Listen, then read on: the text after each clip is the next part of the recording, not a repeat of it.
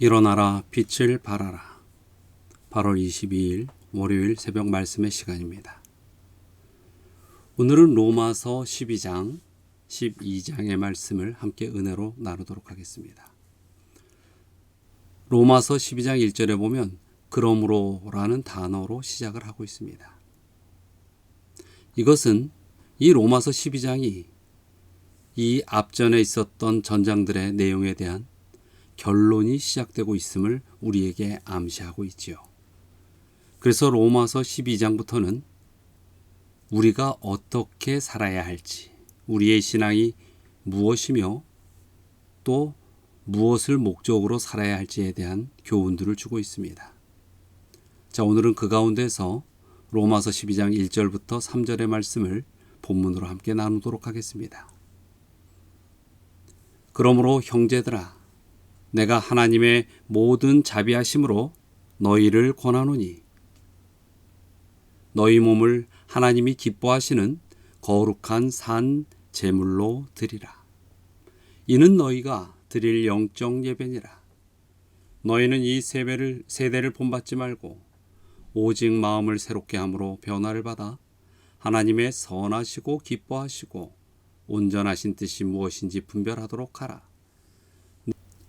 내게 주신 은혜로 말미암아 너희 각 사람에게 말하노니 마땅히 생각할 그 이상의 생각을 품지 말고 오직 하나님께서 각 사람에게 나누어 주신 믿음의 분량대로 지혜롭게 생각하라.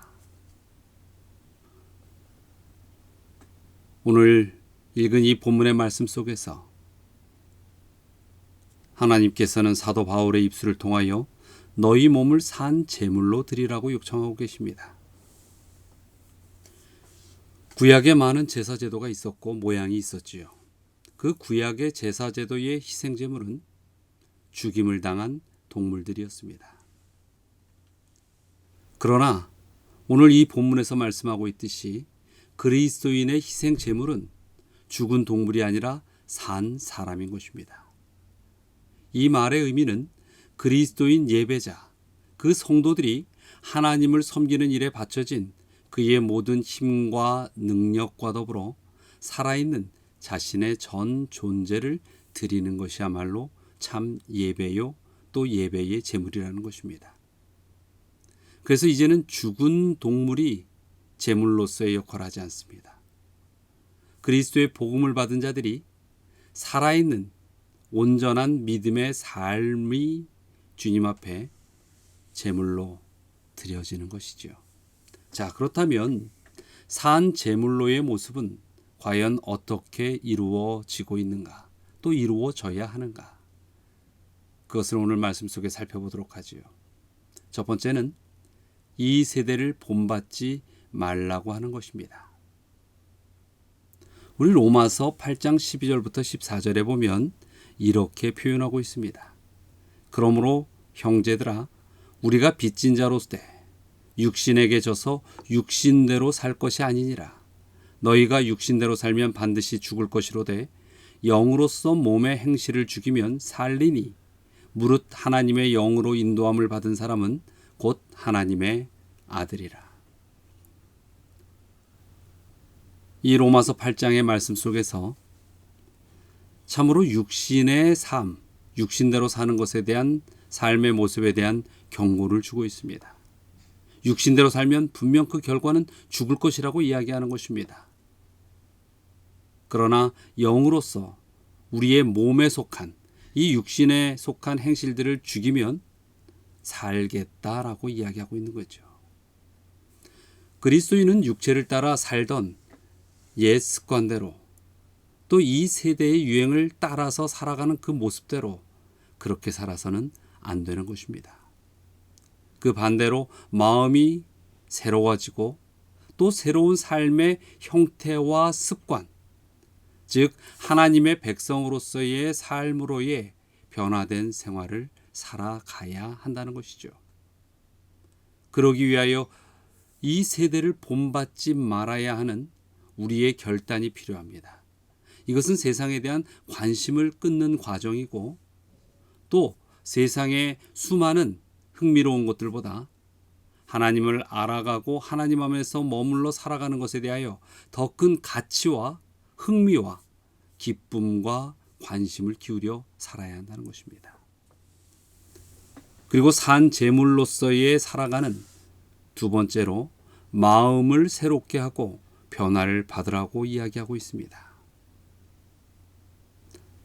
하나님을 만나기 전 이 믿음을 받아들이고 회심하기 그 전에 인간들은 이성 그리고 옳고 그름을 분별하는 그 기능들이 육체적 충동의 지배 아래 있었습니다. 그러나 회심하는 그 순간에 이러한 육체적 본능에 속했던 마음은 하나님의 영의 영향력 아래로 들어오게 됩니다. 그리고 그 결과로 그리스도인들은 그리스도의 마음을 가진 자가 되는 것입니다. 육신 안에서 옛 생애가 죽고 성령 안에서 새 생애가 시작되는 것입니다. 또 그 의미는 중생의 씻음과 성령의 새롭게 하심의 의미인 것입니다. 성도가 회심하여 이 거듭날 때에 시작되는 이 새롭게 되는 변화는 매우 점진적이고 지속적입니다. 그것은 성령의 능력으로 속 사람이 변화됨에 따라 외적인 생애도 점진적인 변화를 가져오게 되는 것을 분명히 알려주고 있습니다. 신물교훈 67페이지에 보면 이렇게 말씀하고 있습니다. 그리스도께서는 사람의 마음속에 당신 자신을 재현시키고자 하신다. 그는 이 일을 당신을 믿는 자들을 통하여 하신다. 그리스도인 생애의 목적은 열매 맺는 일이다. 곧 믿는 사람의 마음속에 그리스도의 품성을 재현시키고 또 다른 사람에게서도 그 품성이 재현되도록 하는 것이 그리스도인 생애의 목적이다. 예수님께서 우리의 생애에 가지신 목적이 바로 이것이라는 것입니다. 그리스도의 그 품성이 우리에게 재현되는 것이라는 것이죠. 우리는 이 사실을 명심해야 합니다. 그래서 우리는 예수 그리스도를 믿는다는 것, 그 믿음의 가치 속에 우리의 마음이 새롭게 되고 변화를 받아야 한다는 것입니다. 또 산 제물의 세 번째의 모습은 하나님의 뜻을 분별하며 살아가는 것입니다. 여기서 이 분별이라는 단어는 헬라어로 도키마조라고 쓰여지고 있습니다. 이 도키마조의 이 사전적 의미를 더 깊이 살펴보면 시험하고 증명하는 것을 의미하는 것입니다. 즉 이것은 하나님의 뜻이 무엇인지 결정하는 것과 또 그것을 확증하고 그대로 행동하는 이 이중의 과정을 모두 포함하고 있는 것이죠. 성도는 마음을 새롭게 함으로써 하나님께서 그에게 하라고 하는 일들을 알 수 있게 됩니다. 또 성령께서는 그리스도인들이 바른 행동을 선택할 수 있도록 일깨움을 주고 더 이상 육신의 마음이 아닌 그리스도의 마음으로 기꺼이 하나님의 뜻을 행하고 진리를 인지하고 또 그 진리를 이해할 수 있도록 돕고 계시죠. 성령으로 새롭게 된 그 마음만이 하나님의 마음을 올바로 해석할 수 있습니다. 이것은 매우 중요한 것입니다. 이것은 성도들이 올바른 믿음의 삶을 어떻게 분별하여 살 것인지에 대하여 매우 중요한 사안입니다. 그러므로 우리가 하나님의 뜻을 분별하는 일에 있어서 성령의 도우심이 간절히 요구되는 것입니다. 그 성령의 도우심을 구하는 과정 속에서 하나님의 뜻이 무엇인지를 정확하게 깨달아야 하고 그 깨달은 것을 우리의 삶의 행동 속에 정확하게 확증하는 드러내는 삶을 우리는 살아가야 한다는 것입니다. 그것이 살아있는 제물, 삶이 예배가 되는 사람들의 모습인 것입니다. 자, 그 다음 이 산제물의 네 번째의 모습으로 믿음의 분량대로 지혜롭게 생각하라라고 말씀하고 있습니다. 이 믿음의 분량대로 지혜롭게 생각하라는 것은 자신 스스로의 평가에 관한 영역들입니다. 믿음의 분량이란 사람이 자신을 평가할 어떤 참된 표준이 되는 것입니다. 일반적인 육신의 마음을 가진 사람은 세상의 표준과 부, 지위, 학식 등으로 자신을 스스로 평가합니다. 이러한 사람들은 항상 실제보다 더 위대하다는 인상을 다른 이들에게 주려고 무척 애를 쓰지요. 그러나 믿음이 들어오고 마음이 새로워진 사람들, 그런 영적 백성들은 자신의 능력의 성격과 분량을 정확하게 측정하고 자신을 너무 높게 생각하지도 않도록 하는 새로운 표준을 분명히 갖게 됩니다. 그리고 자신의 믿음이 클수록 그의 영적 영향과 능력이 더 크게 된다라는 사실을 스스로 깨닫게 되지요. 그러나 이것은 교만으로 삶아지는 그러한 제목이 되지 않을 것입니다. 왜냐하면 믿음의 분량이 커질수록 하나님께 전적으로 의존해야 한다는 그러한 의지의 믿음이, 그러한 인식이 더욱 분명해지기 때문입니다. 그래서 믿음은 진정 이 세상 속에 살아가는 우리 자신의 생애를 크게 만들지만 그것이 교만에 빠지지 아니하는 하나님의 은혜로 주어진 생애라는 인식을 깨닫게 된다는 것이죠. 이러한 믿음의 성도는 그가 누리는 영적 선물들이 하나님의 은혜에 의존한다는 사실을 분명하게 확신합니다. 그리고 깨닫지요. 그래서 부당한 자아 존경을 위한 어떠한 여지도 스스로 만들어내지 않습니다. 즉 교만해지지 않는다는 이야기죠. 그리스도인은 일깨워진 그 분별력과 건전한 판단력을 통해서 자기 자신을 스스로 평가해 볼 줄 아는 그러한 영적 믿음의 분량을 평가하는 지혜를 얻게 되는 것입니다. 그래서 매일 매순간 자신이 하나님 앞에로 더 나아가기 위하여 예수 그리스도를 닮아가기 위하여 성령을 믿음으로 구하게 되지요. 사랑하는 성도 여러분, 산 제물로 드려지는 것, 그것을 영적 예배라고 하였습니다. 우리의 신앙이 영적 예배가 되어야 합니다. 바울은 마음과 이성, 영에 속한 예배를 외적이고 물질적인 예배와는 분명히 구별하고 우리에게 제시합니다. 순결하고 거룩한 생애로서 자신을 드리는 그리스도인들의 그러한 헌신의 모습과 삶의 모습, 그것이 바로 영적 예배의 행위이며 본질이고 모습인 것입니다.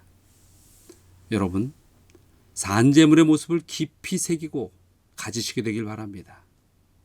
그리고 우리의 믿음 생활이 전적인 영적 예배가 되는 승리하는 백성들이 되시기를 이 아침에 간절히 바랍니다. 오늘 기도의 제목입니다.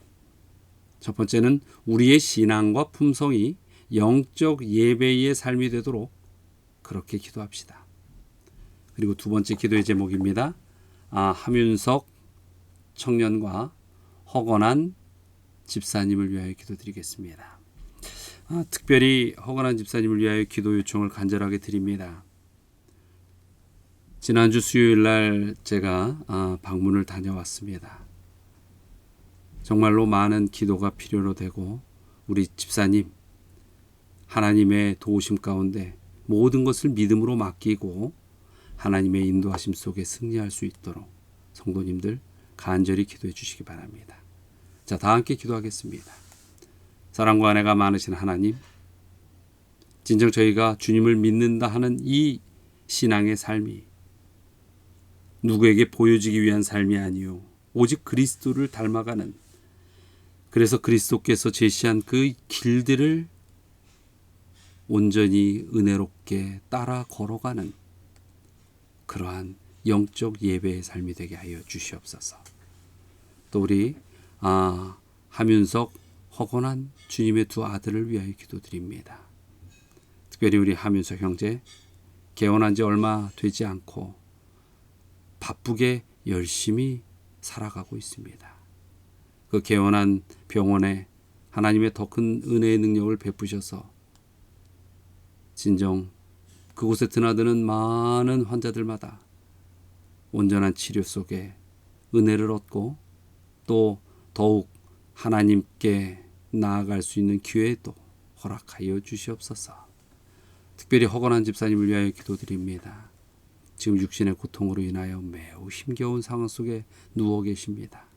주여 힘을 주시고 그 마음을 붙들어 주시고 어떠한 상황 속에서라도 하늘의 소망이 지금 겪고 있는 고통을 이겨나갈 수 있는 능력이 되게 하여 주시옵소서.